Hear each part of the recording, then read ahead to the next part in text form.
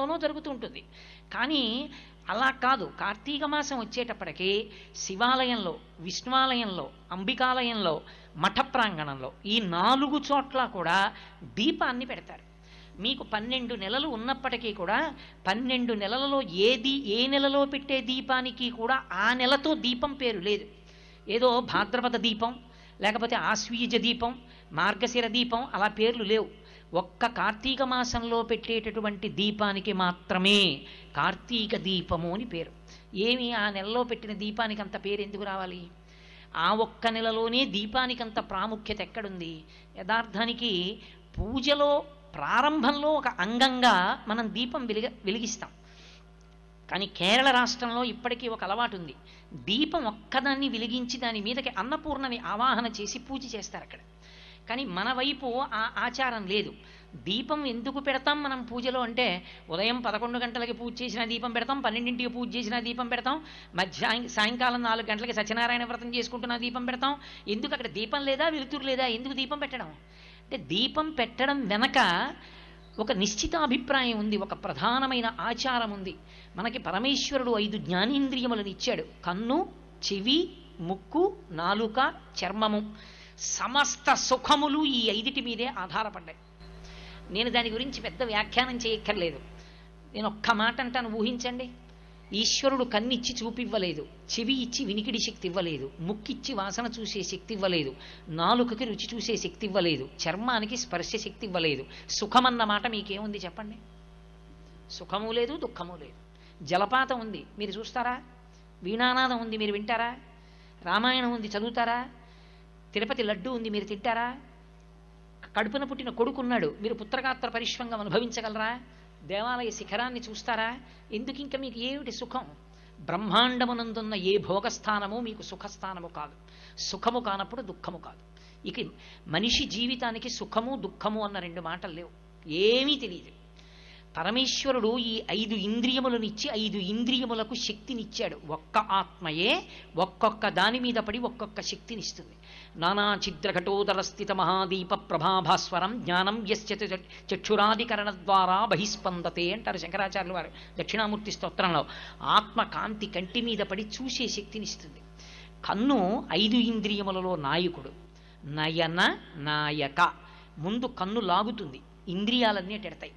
కన్ను లేకపోతే 90% సుఖాలన్నీ చచ్చిపోయినట్టే. కన్నుంది కాబట్టే సుఖాలు, చాలా సుఖాలు. అటువంటి కంటిని నాకిచ్చి ఈ కంటితో నా కొడుకుని, నా కూతుర్ని, నా మనవల్ని, నా భార్యని, ఆ చెట్లని, పరమేశ్వర మూర్తిని, రామాయణ గ్రంథాన్ని, శ్లోకాల్ని చూసి పొంగిపోతున్నాను. ఇన్ని చూసి ఎంత పొంగిపోతున్నానో. ఈశ్వర, ఈ కన్ను ఇచ్చావు కాబట్టి నాకు ఇన్నున్నాయి. ఈ కన్నిచ్చిన నీకు కృతజ్ఞత చెప్పడానికి ఆ వెలుతురికి ప్రతీకగా నీ ముందు దీపం ఉంచుతున్నానని దీపం పెడతాను తప్ప కాంతి లేదని దీపం పెడుతున్న వాళ్ళం కాదు. ఒక ఆచారాన్ని పాటిస్తున్నామంటే వేదం దాన్ని ఎందుకు పాటించాలో చెప్పింది, అందుకు దీపం. ఆ దీపం పెట్టి పూజ ప్రారంభం చేస్తాం. కానీ కార్తీక మాసంలో పెట్టే దీపం అందుకొరకు కాదు. కార్తీక మాసంలో పెట్టేటటువంటి దీపానికి ఒక్కదానికి ఒక ప్రత్యేకత ఉంది. ఒకటి, ఆంతరమునందు ఉద్దీపనాన్ని పొందుతాడు, బాహ్యమునందు లోకోపకారం చేస్తాడు. ఎందుకని? ఈ ప్రపంచంలో పరమేశ్వరుడు ఒక్కొక్క దానికి ఒక్కొక్క విభూతినిచ్చి నువ్వు మాత్రమే అనుభవించు, ఇతరులకు చెందదు అన్నాడు. అది తానే అనుభవిస్తుంది. కొన్నిటికి పరమేశ్వరుడు విశేషమైన విభూతినిచ్చినా అవి తమకి అనుకూలంగా వాటిని ఉపయోగించుకోవడం కూడా వాటికి చేత కాదు. మీకు నేను ఒక ఉదాహరణ చెప్పాలంటే, భగవంతుడికి పూజ చేశామనుకోండి, ఆయన బడలిపోతాడు. ఆయనకి కూడా అలసట ఉంటుంది. ఇన్ని పువ్వులు మీరు వేశారనుకోండి, వేడిక్కిపోతాడు ఆయన. మల్లెపూల్లో చేయి పెట్టి చూడండి ఎంత వేడిగా ఉంటుందో, చాలా వేడి.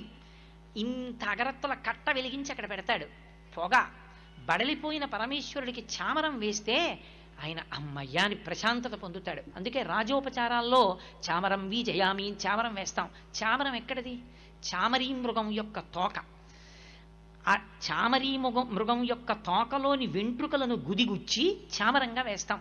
తన వెంట్రుకలు ఈశ్వరుడి యొక్క ఖేదాన్ని కూడా తగ్గించగలిగినంత గొప్పవని తెలుసుకుని చామరీ మృగం వచ్చి చామరం వేస్తుందా ఈశ్వరుడికి?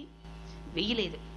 ఒక ఏనుగు దంతం చాలా అందంగా ఉంటుంది, కానీ ఏనుక్కి తెలుసా నాకు దంతం ఉంది, అది అంత అందంగా ఉంటుంది, నేను ఈ దంతంతో బొమ్మలు చేయించుకోవచ్చు అని తెలుసా? తెలియదు.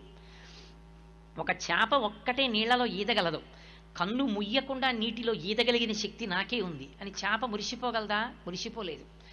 నీటిలో ఉన్న చేప భూమి మీద ఉండలేదు, భూమి మీద ఉండే ప్రాణి నీటిలో పడి బ్రతకలేదు.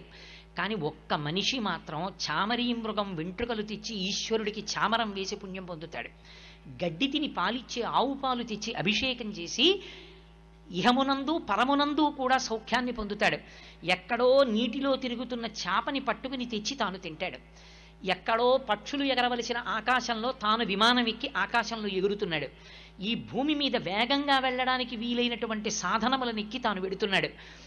సింహాలు పెద్ద పులులు స్వేచ్ఛగా తిరుగుతుంటే తాను నిర్భయంగా ఉండడానికి బలిష్టమైన ఇనపబూచలతో కూడుకున్న వాహనం ఎక్కి స్వేచ్ఛగా విహరిస్తున్నటువంటి వాటిని అరణ్యంలో చూస్తున్నాడు. దేని విభూతిని అదే అనుభవిస్తుంది ప్రపంచంలో. అన్నిటి విభూతిని తానవిగా అనుభవించగలిగిన వాడు మనుష్యుడు ఒక్కడే. ఆ శక్తి ఈశ్వరుడు ఒక్క మనుష్యునికే ఇచ్చాడు, ఇంకెవ్వరికీ ఇవ్వలేదు. అన్నిటినీ నీవిగా అనుభవించగలవు. ఒక కుక్క ఉంది, రాత్రి తెలివిగా ఉండి ఎవరింట్లోకి అనుమానాస్పదంగా ఎవరు విడుతున్నా అరుస్తుంది కుక్క. దానికి విభూతి ఉందని తెలిసి నీ ఇంటికి తెచ్చి ఒక కుక్కని రాత్రి విడిచిపెట్టుకుని నిన్ను నువ్వు రక్షించుకుంటున్నావు పడుకొని.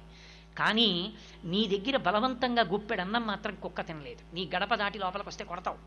కుక్క శక్తిని నువ్వు వాడుకుంటావు. నెమలి అది పురి విప్పి ఆడితే ఎంతో సంతోషంగా ఉంటుంది. గబగబా కెమెరాలు పెట్టి ఫోటోలు తీసుకుని చూసి ఆనందిస్తారు. ఒక్కసారి మీకు ప్రవచనం వచ్చు కదా, ఓ శ్లోకం చెప్పండి అని నెమలి నన్ను అడగలేదు.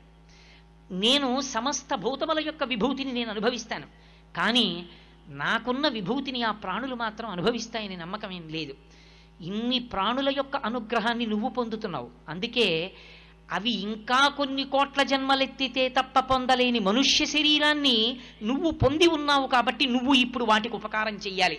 ఆ ఉపకారం చేసి సమస్త భూతములను తరింప చెయ్యగలిగిన శక్తి మనుష్య ప్రాణికి అనుగ్రహింపబడిన కాలం కార్తీక మాసం. అందుకే సూర్య భగవానుడు దూరంగా ఉంటాడు, వేడి తగ్గి ఉంటుంది. వేడి తగ్గి ఉన్న కారణం చేత చలికి చాలా జీవులు శరీరాలు విడిచిపెడతాయి. చలికి శరీరాలు విడిచిపెట్టకుండా నువ్వుల నూనెతో ఆవు నేతితో దీపం పెడతారు. ఈ రెండిటితోనే ఎందుకు పెట్టాలి? కార్తీక సోమవారం అండి, కార్తీక సోమవారం అండి అంటూ ఉంటారు. కార్తీక సోమవారం అండి, కార్తీక సోమవారం అండి అనడానికి కారణం ఏమిటంటే చంద్రుడు మొట్టమొదటి హోరలో ఉన్నటువంటి రోజున ప్రారంభమయ్యేటటువంటి రోజుకి సోమవారం అని పేరు. మనకి ఎప్పుడూ కూడా ఒక రోజులో 8 హోరలు 3 పర్యాయాలు తిరుగుతాయి. 3 8 24. మొట్టమొదటి హోర అన్నిటికన్నా ప్రారంభంలో ఉండేటటువంటి హోర సూర్యహోర, తర్వాత వచ్చేటటువంటిది శుక్రహోర, అలా తర్వాత వచ్చేటటువంటిది బుధహోర, తర్వాత వచ్చేటటువంటిది చంద్రహోర, తర్వాత శనిహోర, తర్వాత గురుహోర, తర్వాత కుజహోర. 7 హోరలు. అందుకే ఆ హోరలే 3 8 24 పూర్తి మళ్ళీ 25వ హోర వచ్చేటప్పటికి ఆ హోరతో ప్రారంభం అవుతుంది కాబట్టి ఆ పేరు. సోమవారం ఉందనుకోండి చంద్రహోరతో మొదలవుతుంది. చంద్రహోరతో మొదలవుతుంది కాబట్టి సోమవారము అని పిలుస్తుందండి. ఆదివారం ఉందనుకోండి సూర్యహోరతో ప్రారంభమవుతుంది. సూర్యహోరతో ప్రారంభం అవుతుంది కాబట్టి ఆ హోర ఆదివారము, భానువారము అని పిలుస్తాం. ఈ 8 3 8 24గా తిరిగి పూర్తయిపోతుంటాయి. అటువంటి రోజుల్లో సోమవారం నాడు చంద్రుడు మనఃకారకుడు, చంద్రమా మనసోజాతః అని పిలుస్తాం. మనకి వేదాంత శాస్త్రంలో ఒక మాట చెప్తారు, హృదయ స్పందనమే మనుష్య ప్రాణి యొక్క జీవనం. గుండె ఎంతసేపు కొట్టుకుంటూ ఉంటుందో అంతసేపు బ్రతికున్నాడంటారు. గుండె ఆగిపోయిందనుకోండి ఆయన వెళ్ళిపోయాడండి అంటారు. ఈ గుండె కొట్టుకోవడం అనేటటువంటి దానికి హృదయమునందు హృదయనాడి అనబడేటటువంటి నాడి ఉంటుంది. నాడి మీకు భౌతికంగా కంటికి కనపడేది కాదు, అది ఈశ్వర తేజస్సుని పొంది ఉంటుంది. దానికి అధిదేవత యమధర్మరాజు అన్నారు. ఆయన అనుగ్రహం అయిపోగానే హృదయనాడి మూసుకుపోతుంది. యమదంష్ట్ర బయటికి వచ్చిన కారణం చేత ఆ కాలంలో హృదయనాడి మూసే అధికారాన్ని ఎక్కువగా ఉంటుంది. యమధర్మరాజు గారు దేనికి ప్రీతి పొందుతాడంటే నువ్వుల నూనె వలన, నువ్వుల నూనెలో వెలుగుతున్న దీపపు ఒత్తిమించి వచ్చేటటువంటి పొగ వాసన చూస్తే హృదయ నాడి బలిష్టమవుతుంది. యమధర్మరాజు గారు ప్రీతి చెందుతాడు, ఆయక్కారకం అవుతుంది, హృదయ నాడి నిలబడుతుంది. ఆకారం ఉండదు. సాకారంచ నిరాకారం నిర్గుణంచ గుణాత్మకం తత్వం తత్పరమం బ్రహ్మ ఇది వేదాంత డిండిమహ అంటారు శంకరాచార్యులు వారు. వేదాంత డిండిమం చేస్తూ నిర్గుణం సగుణం అని 2 రకాలు. నిర్గుణంలోకి వెళ్ళాలనుకున్నవాడు పరమ వైరాగ్యంలో ఉన్నవాడు వెడతాడు. సాకారమును ఉపాసన చేసేవాడు బాహ్య ప్రయోజనం కావాలనుకున్నవాడు మనసు నిలబెట్టాలి కాబట్టి ఒక ఆకారాన్ని పూజ చేస్తాడు. యథార్థమునకు అది ఒక కాంతి పుంజము. ఆ కాంతి పుంజమే దివ్యే దీపము, అదే ప్రకాశము. ఆ దీపమే పరమేశ్వర స్వరూపము. అందుకే దీపం గురించి చెప్తూ ఉపనిషత్తు ఒక మాట చెప్తుంది, ఆ దీపమే పరమేశ్వరుడు. నతత్ర సూర్యోభాతి చంద్రతారకం నేమా విద్యుతో భాతి కుతోయమగ్ని త్వమేవ భాంతమనుభాతి సర్వం తస్య భాషా సర్వమిదం విభాతి అంటుంది. ఆయన ఉన్నాడే ఆ పరమేశ్వరుడు, ఆయన ఒక పెద్ద వెలుగు. ఆయన వెలుగు ముందు సూర్యచంద్రులు ప్రకాశించరు. ఎందుకని అంటే ఇక ఆ వెలుగు ముందు ఈ వెలుగులు పనిచెయ్యవు. కాబట్టి ఆయన ఒక్కడే ప్రకాశిస్తూ ఉంటాడు. ఆ ప్రకాశిస్తున్నటువంటి ఆ కాంతిపుంజం ఉన్నదే అదొక్కటే పరమేశ్వర స్వరూపం. పోతన గారు భాగవతం చేస్తూ అంటారు, లోకంబులు లోకేశులు లోకస్తులు తెగిన తుది అలోకంబకు పింజీకటి కావల యవ్వండేకాకృతి వెలుగు అతని నేసేవింతున్నంటారు. ఈ లోకాలు, ఈ లోకేశులు, ఈ లోకస్తులు వీళ్ళందరూ మహాప్రళయంలో పడిపోతే, నీటితో నిండిపోతే, కటిక చీకటి ఆవరిస్తే, సూర్యచంద్రుల యొక్క గమనం ఆగిపోతే, ఈ కటిక చీకటి ఆవల ఒక్కడు వెలిగిపోతుంటాడు. ఆ వెలిగిపోతున్న ఆ వెలుగులకు వెలుగైనదున్నదే అది పరమేశ్వర స్వరూపం. దాన్ని నేను పిలుస్తున్నానన్నాడు గజేంద్రుడు అష్టమ స్కంధంలో. కాబట్టి యథార్థమునకు ఈశ్వర స్వరూపము ఒక వెలుగు. ఆ వెలుగుని చేరుకున్నావు అంటే గుర్తు ఏమిటంటే నువ్వు గోడ దాటావు అని అర్థం. దక్షిణాయనంలో ఉపాసన ఎన్నేళ్లు చేసినా సాకారం దగ్గర ఆగిపోకూడదు. ఒక ఆకృతిని పట్టుకోవడం దేని కొరకు అంటే ఒక గోడ దూకడానికి. చూడండి, గోడ దూకే వాళ్ళు ఉంటారు, లాంగ్ జంప్ చేస్తారు అంటారు. వాళ్ళు చేత్తో కర్ర పట్టుకుని పరిగెత్తుకొస్తారు, ఓ గోడ దూకాలి. పరిగెత్తుకొచ్చి కర్రని భూమికి తాటించి ఆ కర్రని ఆధారం చేసుకుని తన శరీరాన్ని అలా పైకెత్తి గోడ మీద వరకు తీసుకెడతాడు. గోడ మీద వరకు వెళ్ళిన తర్వాత కర్రని ఇటు వదిలేసి తాను అటు పడిపోతాడు తప్ప, ఓ కర్ర గోడ దూకడానికి ఇంత దూరం నాకు సాకారంగా వచ్చి పరిగెత్తుకొచ్చి నేను భూమిలో గుచ్చి పైకెత్తినప్పుడు నా శరీరం పైకెత్తడానికి ఉపయోగపడిన సాధనమా, నువ్వు నాతో రా అంటే తను ఇటు పడిపోతాడు. కర్రని ఇటు విడిచిపెట్టి తాను అటు పడిపోవాలి.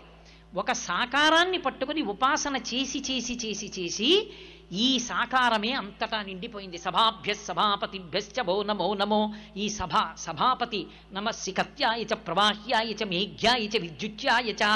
మేఘంలో, విద్యుత్తులో, ప్రవాహంలో, నురగలో, దొంగలో అంతటా ఈశ్వరుడే అని అంతటా పరమేశ్వర స్వరూపం చూడగలిగినటువంటి స్థితికి నువ్వు ఎదగగలిగితే ఆనాడు నీవు దీపాన్ని అర్థం చేసుకున్నావని గుర్తు. అబ్బా నీకు కనపడుతోంది.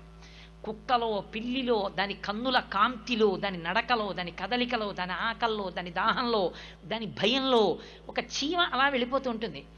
ఇలా చీపురు పుల్ల కొంచెం దాని దగ్గర పెడితే ఆగిపోతుంది, కొంచెం ఇలా కదిపితే వేగంగా పరిగెత్తుకెళ్ళిపోతుంది. దాని ఇంత చీమకింత మెదడు, ఆ చిన్న మెదడులో దాని శరీరం మీద అభిమానం, దానికో భయం, దానికో జ్ఞానం. ఇది పుల్ల, దీన్ని పుచ్చుకున్నవాడు ఉన్నాడు, వాడు గుచ్చుతాడు, మనం చచ్చిపోతాం, మనం పారిపోవాలి, అది పరిగెత్తడం, ఇన్ని భావనలు ఉన్నాయి. నీలో ఏ చైతన్యం ఉండి భావనలు కల్పిస్తోందో ఆ చైతన్యం దానిలో ఉంది. దాన్ని నువ్వు సృజించలేదు, దాన్ని చంపే అధికారం కూడా నీకు లేదు.